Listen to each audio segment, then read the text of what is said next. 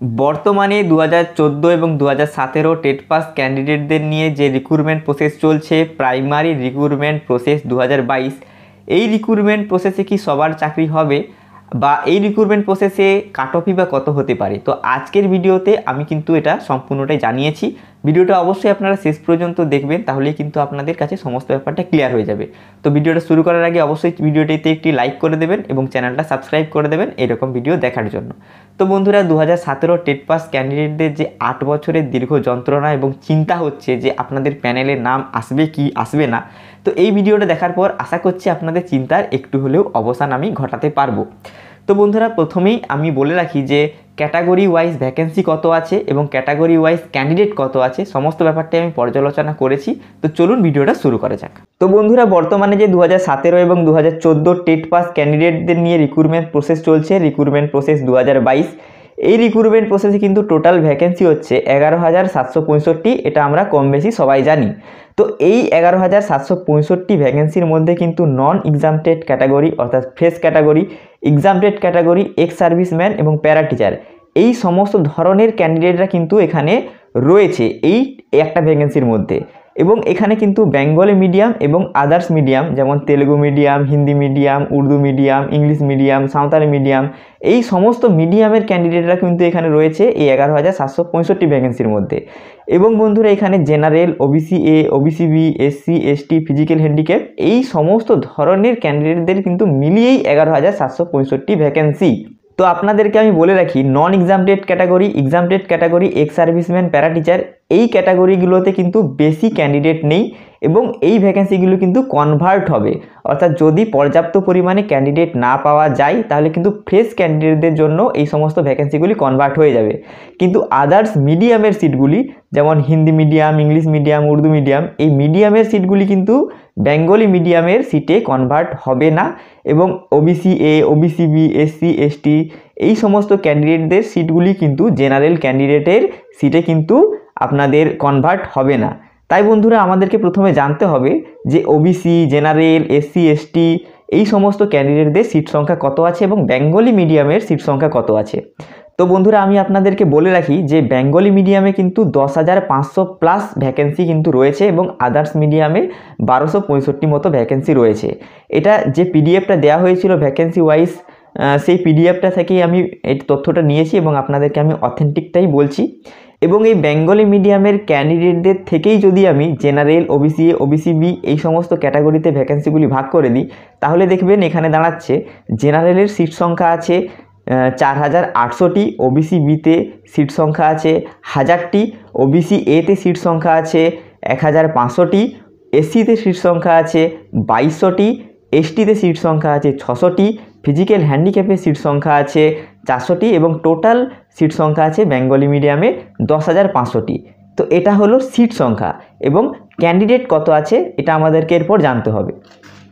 তো বন্ধুরা, 2022 সালের যে রিক্রুটমেন্ট প্রসেস, সেখানে কিন্তু প্রায় 40,000 ক্যান্ডিডেট ফর্ম ফিল আপ করেছিল। তার মধ্যে থেকে আমরা সবাই জানি যে বিভিন্ন কোর্ট কেসের জন্য বিভিন্ন ধরনের ক্যান্ডিডেটরা এলিমিনেটেড হয়ে গেছে, যার মধ্যে অন্যতম হচ্ছে বিএড ক্যান্ডিডেট।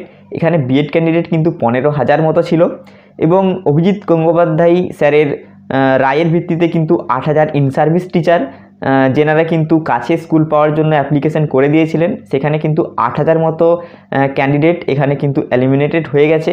এবং 2022-এর ক্যান্ডিডেট কিন্তু 3,000 মতো এলিমিনেটেড হয়ে গেছে। বর্তমানে এই কেসটি সুপ্রিম কোর্টে চলছে এবং এই কেসটিতেই স্টে পড়ে আছে বলেই প্যানেলটা বের হচ্ছে না। তো এই 2022 কেস কিন্তু বিচারাধীন, তাও আপনাদেরকে বলে রাখি এরা কিন্তু বাদ হয়ে যাবে, এটা কিন্তু সময়ের অপেক্ষা। এবং সুপ্রিম কোর্ট থেকে NIOSদেরও বাদ দিয়ে দেওয়া হয়েছে এবং 4,000 মতো ক্যান্ডিডেট কিন্তু NIOSেও আছে। তো বন্ধুরা, টোটাল কিন্তু 30,000 ক্যান্ডিডেট হয়ে যাচ্ছে যারা কিন্তু এলিমিনেটেড হয়ে গেছে। তো ভ্যালিড ক্যান্ডিডেট কত থাকছে? 40,000 থেকে 30,000 মাইনাস করলে 10,000 ক্যান্ডিডেট কিন্তু ভ্যালিড ক্যান্ডিডেট। তো এই 10,000 ক্যান্ডিডেটের মধ্যেও কিন্তু বেঙ্গলি মিডিয়াম আর আদার্স মিডিয়াম মিলিয়েই এটা আমি বলছি। তো তর্কের খাতিরে ধরা যেতে পারে যে আদার্স মিডিয়াম থেকে 500 ক্যান্ডিডেট রয়েছে যারা কিন্তু আদার্স মিডিয়ামের জন্য অ্যাপ্লাই করেছেন। তাহলে আমরা ধরতে পারি যে 9,500 মতো ক্যান্ডিডেট আমাদের বাংলা মিডিয়ামের ভ্যালিড ক্যান্ডিডেট হিসেবে রয়েছে।